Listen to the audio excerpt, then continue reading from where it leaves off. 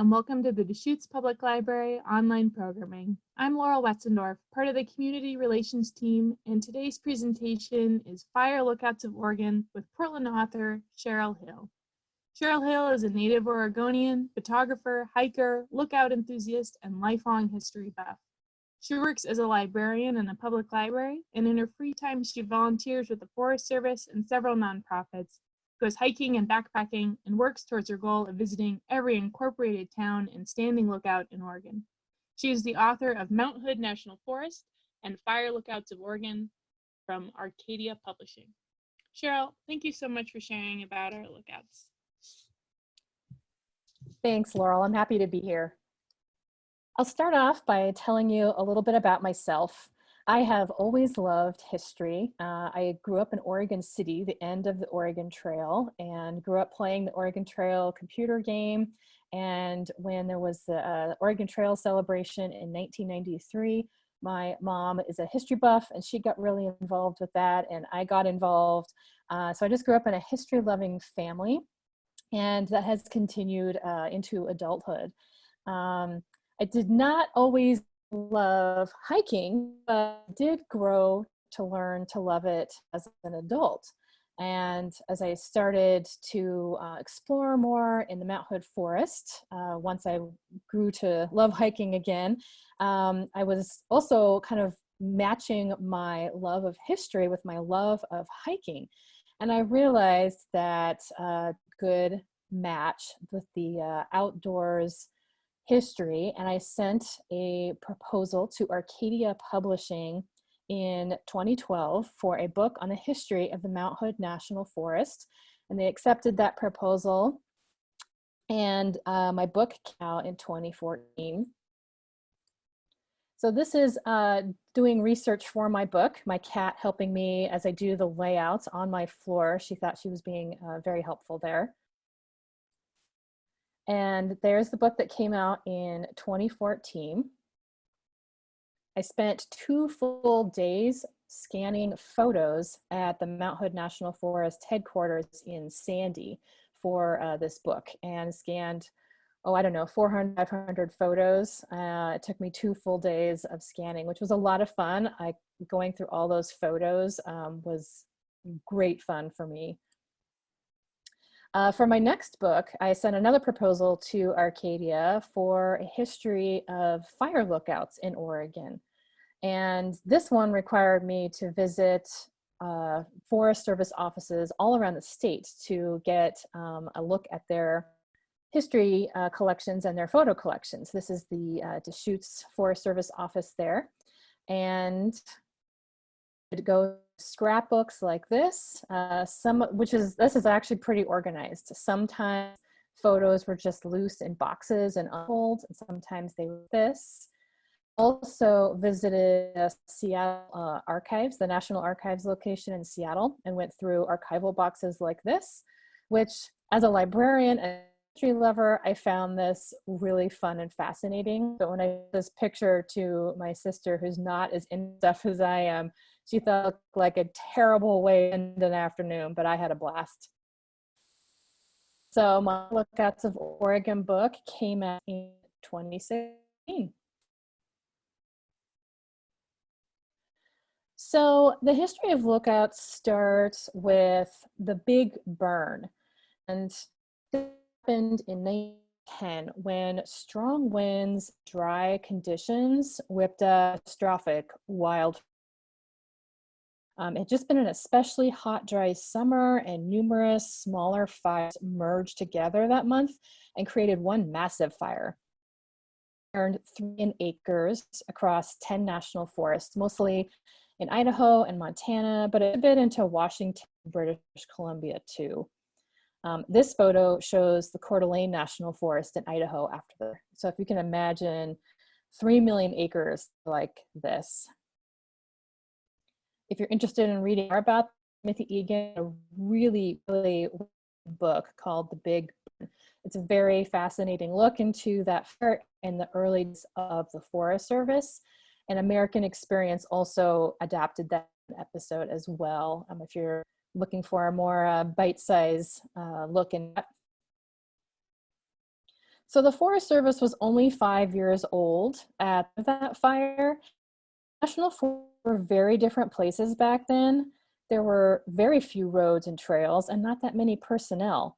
So the Forest Service was completely unprepared for such a massive fire. And after the fire, they decided they needed more eyes on the forest. They didn't want to be caught off guard again. So they started building a network of lookouts in order to spot fires faster and put them out quickly. So early lookouts were just firefinders out on the open on a hilltop, as you can see here. Just put on a stump, just sitting out there in the open and keeping an eye out for fires. You can see a telephone there in the foreground. I'll mention more about that in a moment. Some early lookouts were crow's nests up in trees. I can't even imagine climbing up one of these to spend your day up there watching for fires, but these were not uncommon.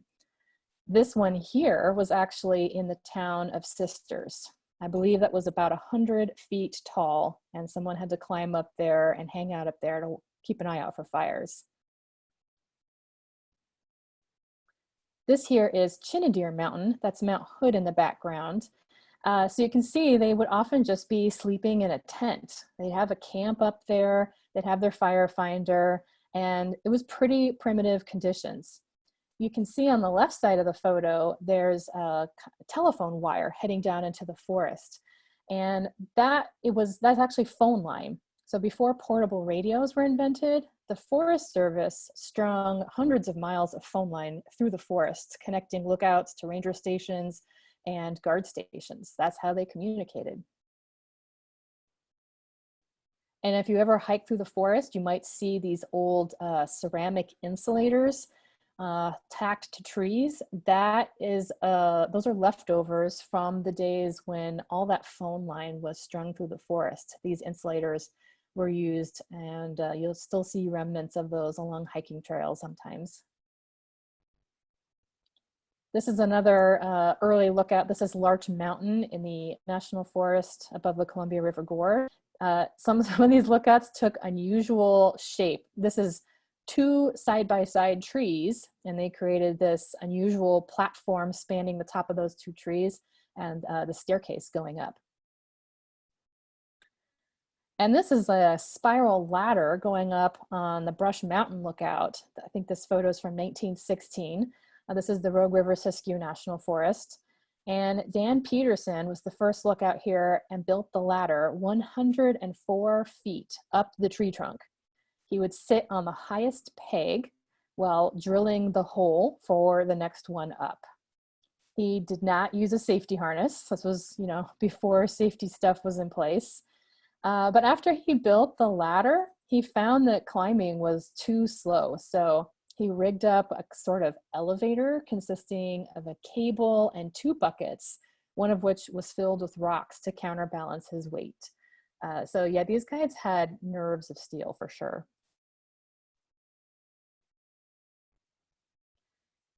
So lookout building really took off in the 30s and 40s.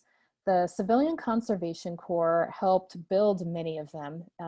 They were out there working on roads and trails and campgrounds in the national forests, and they also built a lot of these lookouts. They came in all shapes and sizes. There's everything from a ground cabin style like this to a tower situation like this. And the type of lookout built really depended on how things looked up on the butte or mountaintop where the lookout was being placed. The view of the surrounding terrain, if you had a good enough view from a ground cabin, great. If not, then you'd have to elevate the lookout cabin onto a tower so you could see all around you, which was of course the whole point. Sometimes the towers were quite tall, like this one. This is a type where, as you can see, the cabin on top is quite small. So they wouldn't actually live in the cabin up there at the top, unlike in the previous photo. This is a type where they would spend the day up there, keeping an eye out for fires. And then it's not seen in this picture, but somewhere there would be a cabin on the ground where they would sleep and cook and actually live. So the important tool for fireouts was the Osborne firefinder, which I mentioned earlier. So, here's another photo of one just out in the open on a mountaintop. And this is a tool that the fire lookout can use to get a bearing on where the smoke is. When they spot smoke out on the landscape, they need to know where it is so that they can report the location back to the ranger station.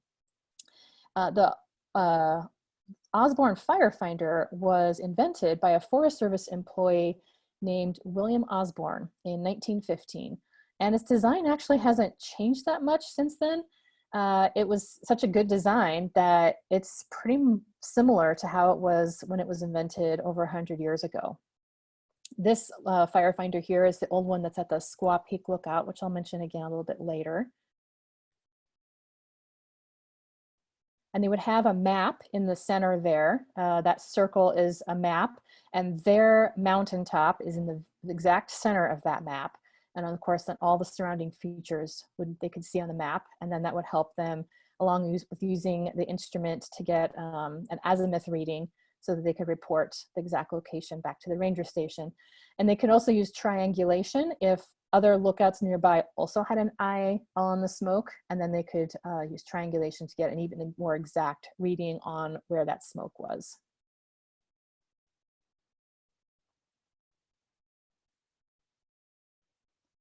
So what was it like to be a lookout?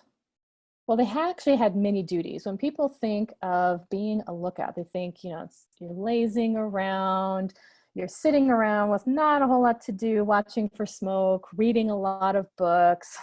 Actually, they had, and still do, quite a few duties. So that they, lookout has 4 sides of windows. It's a lot of windows. So they had to keep those windows clean, both inside and out, which is a lot of work. All those little panes of glass. They really needed to make sure that their visibility was as good as it could possibly be. So they had to keep those windows clean all the time. They had to keep their cabin clean and the grounds tidy. They had to cook their own meals. And, in the early days, there was it was mostly men doing the lookout job. And a lot of these men probably hadn't cooked for themselves before. So there's some amusing stories about men trying to cook meals for themselves for the first time and having a steep learning curve doing that. They also had to maintain an accurate daily log, and they had to learn every peak, ridge, hill, road, trail, lake, creek, and building in their field of view. The more familiar they were with the landscape, the better they'd be able to do their job. They had to conduct regular scans in all directions to check for smoke. Just because there wasn't smoke 15 minutes ago doesn't mean, a gust of wind didn't make it flare up in the last 15 minutes. From a lightning strike even a few days before. Sometimes those things smolder for a while. So they had to conduct regular scans to check for that. They also had to record lightning strikes during storms. So if they could detect where that lightning hit the ground, make note of that so they could keep an eye on that spot later for any smoke. And if they did see any smoke, they needed to report it to dispatch right away so that they knew there was a fire and knew where it was.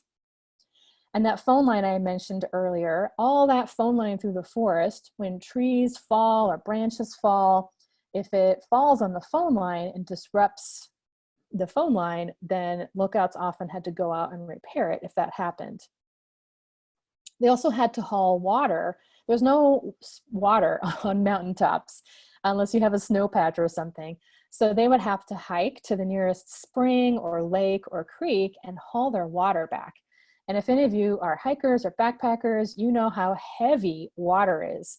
And you can only carry so much. So they had to do this regularly so that they had enough water for cooking and cleaning and drinking. And sometimes the nearest spring, lake, or creek was some miles away. So that was a significant undertaking to do that. The people who staffed fire lookouts were often tasked with putting out the fires that they spotted, especially in the days before a lot of roads were built.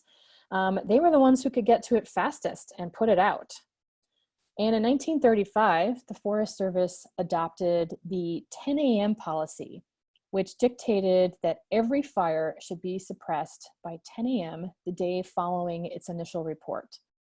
And the Forest Service kept this policy until the 1970s, but at that point, scientific research was demonstrating that fire was actually good for the ecology of the forest. Prescribed burns are now used to clear brush, improve wildlife habitat, and reduce the risk of huge wildfires. However, decades of fire suppression combined with climate change have led to bigger and hotter fires in recent years. This is the Desolation Butte Lookout in the 1930s. This is about 50 feet tall. And so lookouts weren't always used for spotting fires. These young boys had a game where they'd climb the tower and then ride down the guy wires with gunny sacks. You can see one of them mid-ride down. I found the story highly amusing, and I cannot imagine doing that myself. And this is the Hee Butte Lookout in the Willamette National Forest. I talked to a guy named Fred who was stationed here in 1961 when he was 18 years old. And he said his first night in the lookout was pitch black. He'd never experienced such total darkness before. He was laying there awake in his sleeping bag and the tower started vibrating. And he didn't think it was an earthquake, but the vibrating continued. And he's laying there wide awake, wondering what on earth is going on. And he couldn't imagine what scary thing is going on out there that's causing this vibration. So he finally got the courage to go out on the catwalk and take a look with his flashlight. And he discovered a doe who was scratching her back on the guy wire. So it was just a harmless deer, but you know, in the dark, in the middle of the night, that can be a very scary thing to experience. And this is Cedar Butte. I came across two interesting stories that illustrated the potential dangers of staffing a fire lookout. In 1937, Alfred Hastings suffered severe facial burns when a bread pudding backfired on him. He had placed the pudding in a tightly covered can and put it in his oven. Later, when he opened the oven, the lid blew off and threw part of the boiling pudding into his face. So yeah, cooking could sometimes be hazardous. And on August 20th in 1939, there was 45 firefighters who ran a mile to escape encirclement by the Trask fire, and then the wind suddenly shifted. Gene Scott was the lookout at Cedar Butte, and he had a narrow escape. He had to break through a ring of fire surrounding his station, and then he had to swim and wade 4 miles down the Wilson River to escape. But he escaped and he was fine. So sometimes you just never knew what nature was going to throw at you. I'm sure you are familiar with Mount Bachelor nearby. Did you know that it used to be called Bachelor Butte? The resort developers did not think that Bachelor Butte sounded like a lofty enough name for a ski area, and so they started calling it Mount Bachelor. The Oregon Geographic Names Board voted to make the name change official in 1983.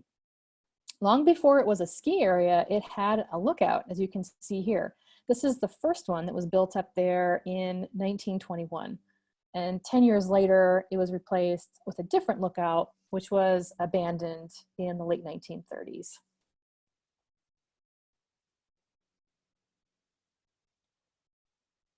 So thanks to an increased network of roads and trails, there was a big road building boom after World War II, and more trails had been built. So there was easier access to the forest and more eyes on the forest, just more people being out there.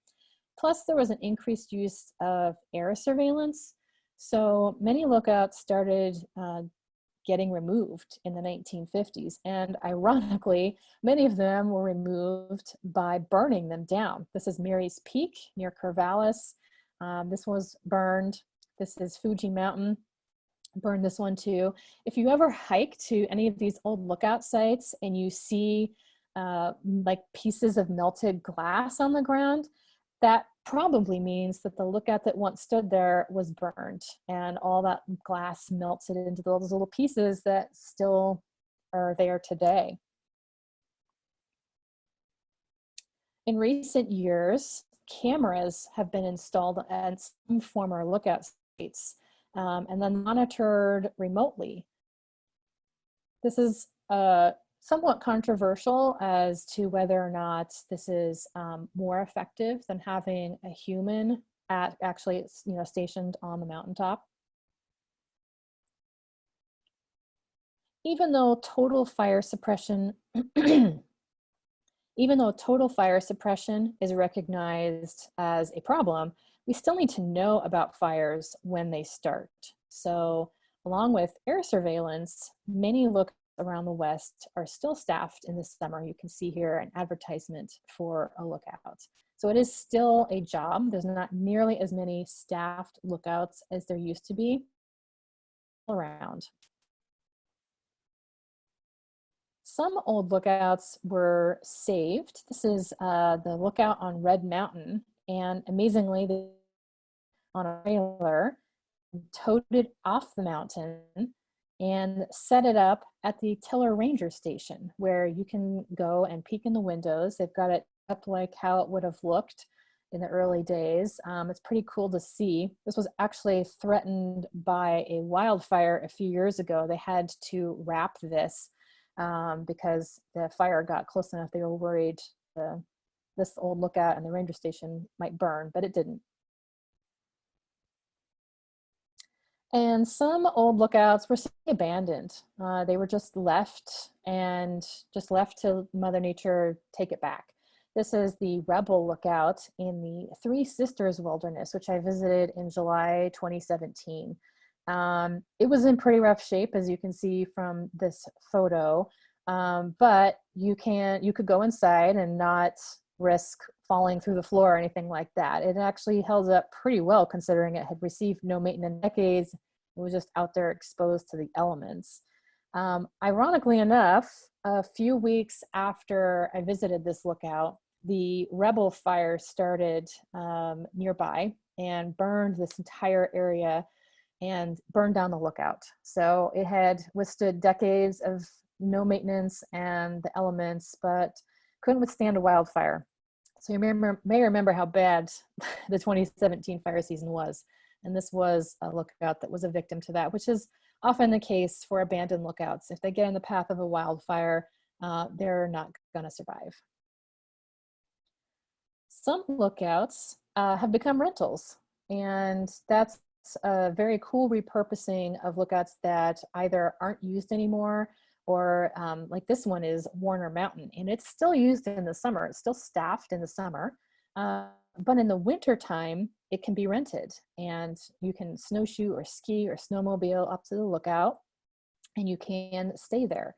There are about 17 or so, whoops, sorry about that, my slides advanced there. There are about 17 lookouts you can rent, and we'll talk more about renting lookouts. So one of the great things about the legacy of lookouts is all the hikes we now have as a result. All these trails that lead to former lookout sites are now great hikes. This is Black Butte, and there's actually still a staffed lookout up there, which you can see here. From the upper trailhead, this is about a 4.5 mile round trip hike. There's really great views on a clear day. And you can't visit the staffed lookout because the person there needs to do their job. But you can check out this old lookout from 1922. And last year, actually, in 2019, the Friends of the Metolius worked with the Forest Service on fixing up that old lookout. They put in new floor and new roof shingles. So big kudos to them for doing that. If you hike up to Black Butte, make sure you check it out. If you go on a clear day, the views are spectacular. And Fuji Mountain is another, we saw the picture earlier of the Fuji Mountain lookout being burned, but even though the lookout is gone, this is still a really great hike. It's a 3-mile round trip hike with stunning views. There was a series of lookouts here starting around 1925. That one in the photo was removed by burning it down in the 1960s. And now we just have a beautiful viewpoint that we can hike to. This is Olali Mountain, and this is the last lookout still standing in the Three Sisters Wilderness. Once the Rebel lookout burned, then this is the last one left inside the Three Sisters Wilderness. You can see it's in kind of rough shape. I don't know what the Forest Service has planned for this lookout, if they are gonna fix it up, but it did not burn in 2017 when a wildfire came close. I have a picture of that. It came very, very close, but the lookout did not burn, amazingly enough. And the views up there are pretty stunning. I heard that I did this hike before the fire, and I've heard that since then, the entire length of this hike is now through burned forest. So that's unfortunate. But as you can see, the views are pretty great once you get up there. This is about a 7-mile hike out and back in the Three Sisters Wilderness.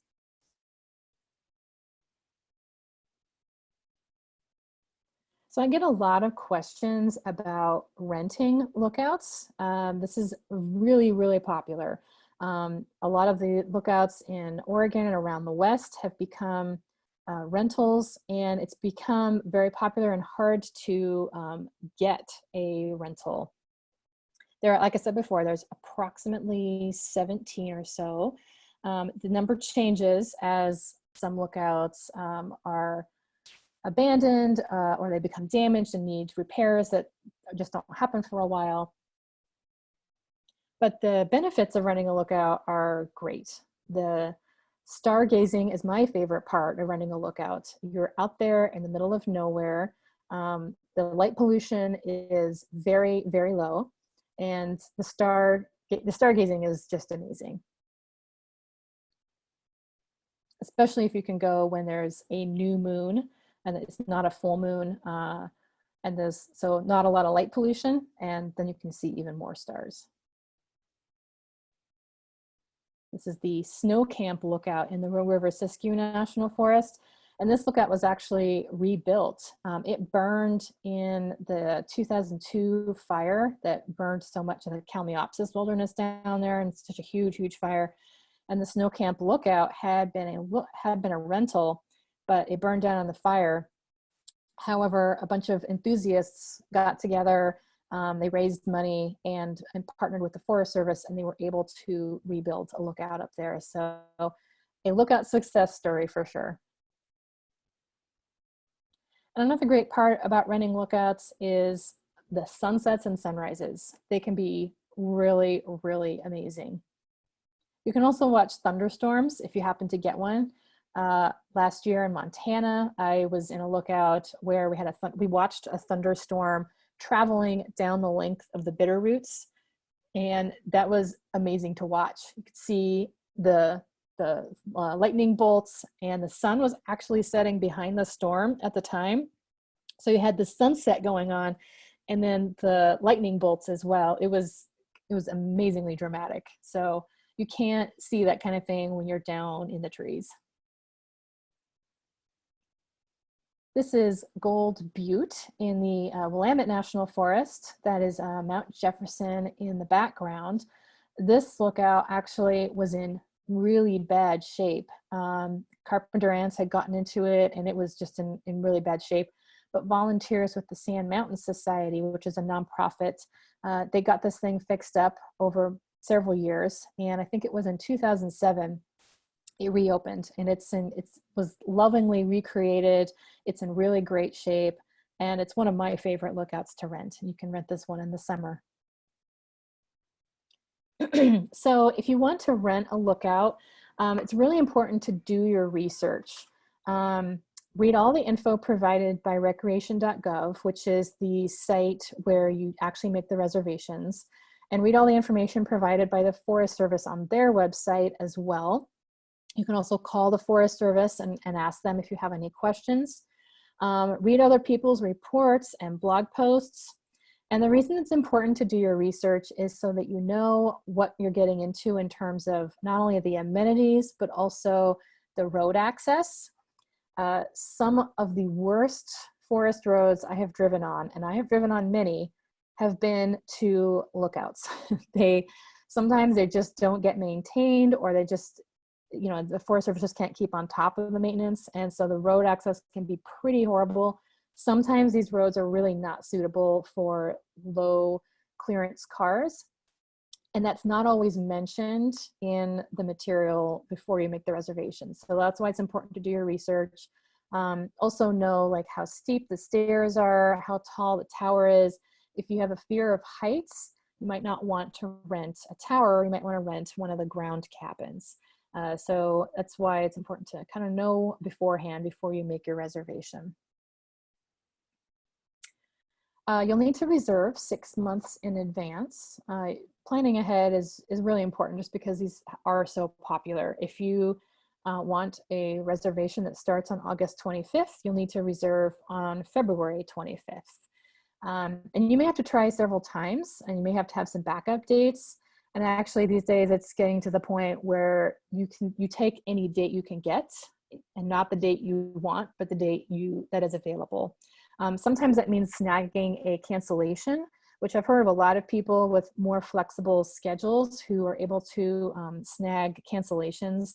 And you can see those on recreation.gov, but you can also call the ranger station to find out about those. And sometimes it'll only be one night, and sometimes longer. But a lot of people who don't like to plan ahead, or just didn't get a reservation by planning ahead, they pick them up through cancellations. And you want to make sure you bring everything you need, even toilet paper. The way I treat it is like a camping or a backpacking trip, and just make sure I'm self-sufficient, got everything I need. Some of them have cooking stoves inside, and some do not. So again, that's part of your research you'll need to do ahead of time, so that you make sure you bring a stove if you need one. You'll need to bring your own water. Water is not provided. You cannot rely on there being toilet paper or cleaning supplies or anything like that at the lookout. Sometimes there'll be dishes and cooking ware and stuff like that. I usually bring all of that myself. There's no way to properly clean stuff that's in the lookout. So we bring our own utensils, our own pots and pans, our own bowls, everything. We don't rely on there being anything in the lookouts other than the mattress that we're going to sleep on. But it's also important that you don't overpack, especially if you have to hike to the lookout.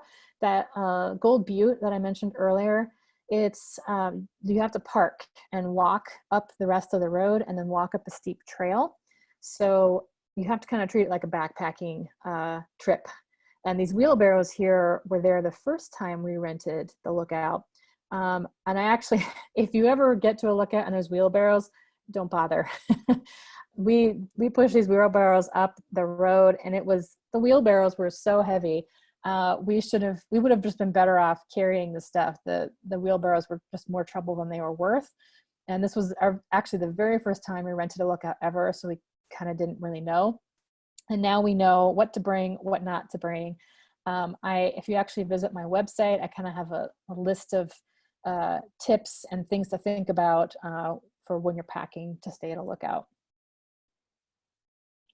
It's also really important that you leave it cleaner than you found it.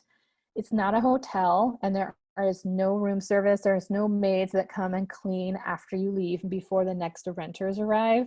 So when you show up, you don't want it to be a pigsty, right? So you want to make sure that you leave it cleaner than you found it. Make sure you pack out all your trash. Do not leave perishable foods. Do not leave anything that's going to attract rodents, because these lookouts sometimes do have mice. And the mice will not hang around if there's nothing for them to eat. So make sure that you treat it well, and make sure that it's going to be continued to rent out. This is flagged in the Mount Hood National Forest that used to be available to in the winter, but the Forest Service stopped renting it out a few years ago because it was being abused. There's holes in the catwalk from cinders from the fireplace. People were chopping firewood inside and damaged the tiles in front of the fireplace. There was various locks broken, a window was left open. So there was just, carelessness going on, and this is staffed in the summer. The Forest Service needs this to be in good shape, and the renters were not always doing the best job of keeping it in shape. So this is a story we don't want to be repeated. We don't want to, there's already not enough lookouts to rent, in my opinion. So we don't need any more being taken off the rental program. So that's why it's important that we treat them with respect. This is Squaw Peak down in the Rogue River Siskiyou National Forest, which my husband and I rented last summer. This is Oregon's newest fire lookout rental. It's pretty sparse. There is no heat source inside. There's no cook stove. There's not even any beds. But that said, it was one of the quietest places I've ever been. It was quiet. There was no, it took my husband and I a few days to realize, oh, there's no planes overhead. That's part of the reason why it was so quiet. We have an app called Plane Finder, and you can see the flight paths, and we weren't in a major flight path. So there was hardly any planes. We were, far from any kind of campgrounds or civilization, and it was just so quiet. And we had little lizards running around and a hummingbird that visited, and it was just very peaceful. So even though the amenities were pretty sparse, it didn't matter. We knew that ahead of time, and we were prepared for that, and it was amazing. So this is Oregon's newest lookout rental, and hopefully we'll see more added in the future as well. There is this book, which I can't remember the year it came out, but this is a useful guide if you're wanting to run a fire lookout. It's a little out of date. Some of the lookouts mentioned in here are no longer available to rent, and ones that of course have been added since this book was published are not going to be in here. But there's still some useful information. This also covers old guard stations, cabins in the forest that you can rent as well. So this is a book worth checking out, and maybe the authors will get this updated at some point. And if you're really into lookouts and their history, Ray Kresick is a lookout enthusiast from Spokane, and he put out this really great book called Fire Lookouts of the Northwest. And it's a comprehensive history and directory of fire lookouts in the Northwest. It has all the locations where fire lookouts have been, as well as history and stories and old photos. It's a really great resource. The unfortunate part is that it is now out of print. So if you're able to find a used copy somewhere, this is a really great resource for people who are into the history of fire lookouts. I don't know if it's still running, but Ray actually has a lookout museum in his yard. He lives outside of Spokane, and I got to see it when I was researching my book. And he has a old lookout replica. It's actually a lookout that was removed from a mountain that is in his yard, and you can go inside and look around. And he has lots of old radios and equipment and stuff that he's arranged in an outbuilding on his yard. It's pretty impressive. That's how much of an enthusiast he is. I also wanted to give a plug to the Forest Fire Lookout Association, the FFLA. They do profits, and they've been involved with all aspects of fire lookouts since 1990. They organize lookout restorations, they provide grants for lookout projects, they document lookout sites, they do historical research of lookouts, they assemble programs to increase lookout awareness, they document anecdotes of lookout operators, and they also put on conferences. They actually have a conference down in Klamath Falls this fall, where lookout enthusiasts get together, they find out about lookouts in the area, and then they go on field trips to lookouts as well. So they're a nonprofit that's done a lot to help with lookout restoration. And I mentioned these guys earlier, the Sand Mountain Society. They're more local. The FFLA is the nationwide organization. Sand Mountain is kind of more northwest, and they work on a lot of lookout restorations. They did that Gold Butte one. It's really dedicated volunteers. They helped with restore the Squaw Mountain, Squaw Peak lookout that I mentioned, replacing roof tiles, replacing, railings, making it safe and habitable. And these guys, this is a volunteer gig for them. They're driving sometimes many, many hours from where they live to get to these spots and spend a long, hard weekend working on restoring these things. And summer season is very short in some of these spots where you got to wait for the snow to melt, and then you got to get up there and get the work done before winter weather comes back in. So these guys do a really great job. So thank you for listening.